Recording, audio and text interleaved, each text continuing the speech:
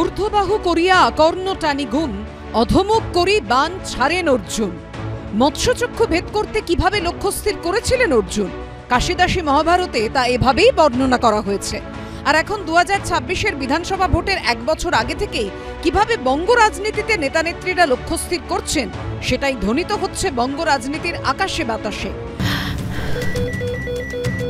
ক্যান্সারে নেই আর ভয়, NCRI-এ হবে এর জয়। আপনাদের ভরসা নেতাজি সুভাষচন্দ্র বোস ক্যান্সার হসপিটাল। 294 আসনের লড়াইয়ে কখনো মমতা বন্দ্যোপাধ্যায় ও অভিষেক বন্দ্যোপাধ্যায়রা 215+ টার্গেট বেঁধে দিচ্ছেন, তো কখনো শুভেন্দু অধিকারীর মুখে শোনা যাচ্ছে অন্তত 180 টার্গেট। সংখ্যাটা তো এভাবে বলা যায় না, আমি কখনো বলিও না, কিন্তু বিজেপি সরকারে হবে, ম্যাজিক ফিগারের উপরে যাবে। অতএব 150-এর উপরে আমাদের যেতে হবে, আমরা সেই লক্ষ্যে এগোবো। বৃহস্পতিবার অন্তত 180টি আসন পাওয়ার লক্ষ্যমাত্রার কথা শোনা যায় শুভেন্দু অধিকারীর গলায়। শপথ নিন, আমরা দেব 16, রাজ্যে হব 180 অন্তত, এবং মমতাকে প্রাক্তন করব যোগী আদিত্যনাথের মতো। পশ্চিম বাংলায়ও সুশাসন সুরক্ষা দেব। ভবানীপুরে আমরা 16 দেব, 16 × 10 160, তার সঙ্গে বোনাস 20। শুভেন্দু অধিকারীর টার্গেট নিয়ে কটাক্ষ ছুড়ে দিয়েছে তৃণমূলের আইটি সেলের প্রধান দেবাংশু ভট্টাচার্য সোশ্যাল মিডিয়ায় লিখেছেন, এভাবেই চালিয়ে খেলুন শুভেন্দু বাবু, আমাদের বিশ্বাস বিরোধী দলের তকমা প্রাপ্তির সম্ভাবনাটাও আপনি একা হাতেই শেষ করবেন।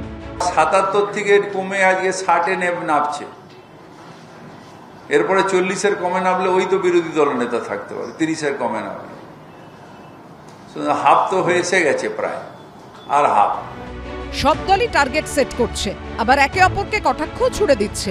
কার ভবিষ্যৎবাণী খাটলো আর কে ব্যর্থ হলো তা বোঝা যাবে 2026 সালের ভোটের ফল ঘোষণার দিন। কৃষ্ণেন্দু অধিকারী ও অনির্বাণ বিশ্বাসের রিপোর্ট, এবিপি আনন্দ।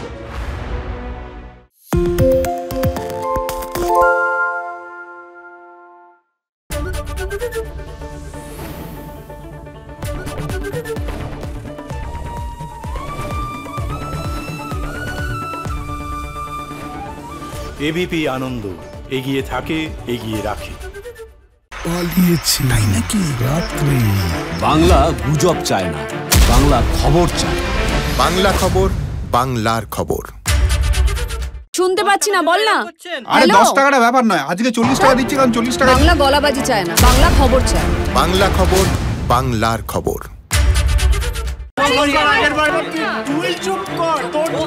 বাংলা ঝামেলা চায় না, বাংলা খবর চায়। বাংলা খবর, বাংলার খবর। বাংলা চেঁচামেচি চায় না, বাংলা খবর চায়। বাংলা খবর, বাংলার খবর।